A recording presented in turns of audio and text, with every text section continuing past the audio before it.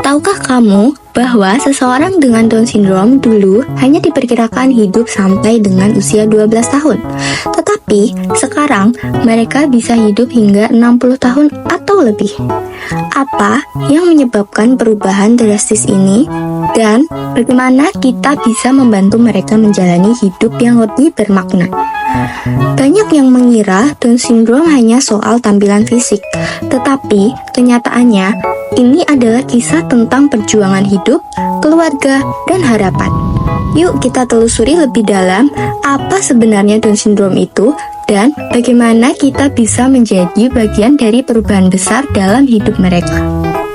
Down syndrome adalah kelainan genetik yang disebabkan oleh trisomi pada kromosom ke-21, di mana tiap sel tubuh memiliki 3 salinan kromosom yang dapat menyebabkan tantangan perkembangan intelektual dan medis. Pada umumnya, manusia memiliki 23 pasang kromosom, tetapi orang dengan Down syndrome memiliki 1 sel lebih pada kromosom ke-21, sehingga mereka dapat memiliki bentuk wajah yang khas. Kelainan ini merupakan penyebab genetik paling umum dari disabilitas intelektual dengan angka kejadian sekitar 1 dari 650 hingga 1000 kelahiran dan memerlukan pendekatan perawatan yang meliputi intervensi medis, stimulasi perkembangan, serta dukungan keluarga dan masyarakat untuk meningkatkan kualitas hidup. Penyandang pada sekitar tahun 1960-an, penyandang Down syndrome rata-rata hanya hidup sampai usia 12 tahun, tetapi berkat kemajuan medis selama 50-60 tahun berakhir atau 2 generasi, sekarang harapan hidup mereka hampir 60 tahun.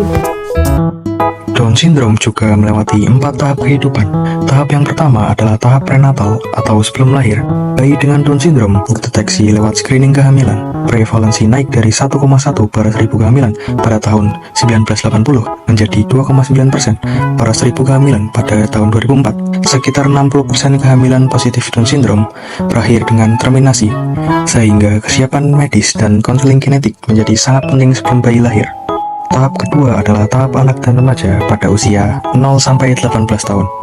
Dulu, 13% bayi Down syndrome meninggal pada tahun pertamanya dengan intervensi medis, misalnya bedah jantung bawaan dan penanganan infeksi pernafasan. Angka ini turun menjadi 4%. Penyebab kematian utama adalah pneumonia dan kelainan jantung kongenital, sehingga vaksinasi lengkap dan pemeriksaan jantung rutin menyelamatkan banyak nyawa. Tahap ketiga adalah tahap dewasa dari 19 sampai 40 tahun. Di periode ini, sekitar 13% penyandang Down syndrome meninggal, sebagian karena pneumonia atau infeksi pernafasan, kegagalan organ, dan komplikasi jantung bawaan. Oleh karena itu, pemantauan kesehatan lanjutan seperti fungsi ginjal, jantung, dan organ lain, serta program pelatihan kerja sangat membantu menjaga kualitas hidup penderitanya. Di tahapan terakhir adalah tahap lansia dari usia 40 tahun sampai seterusnya.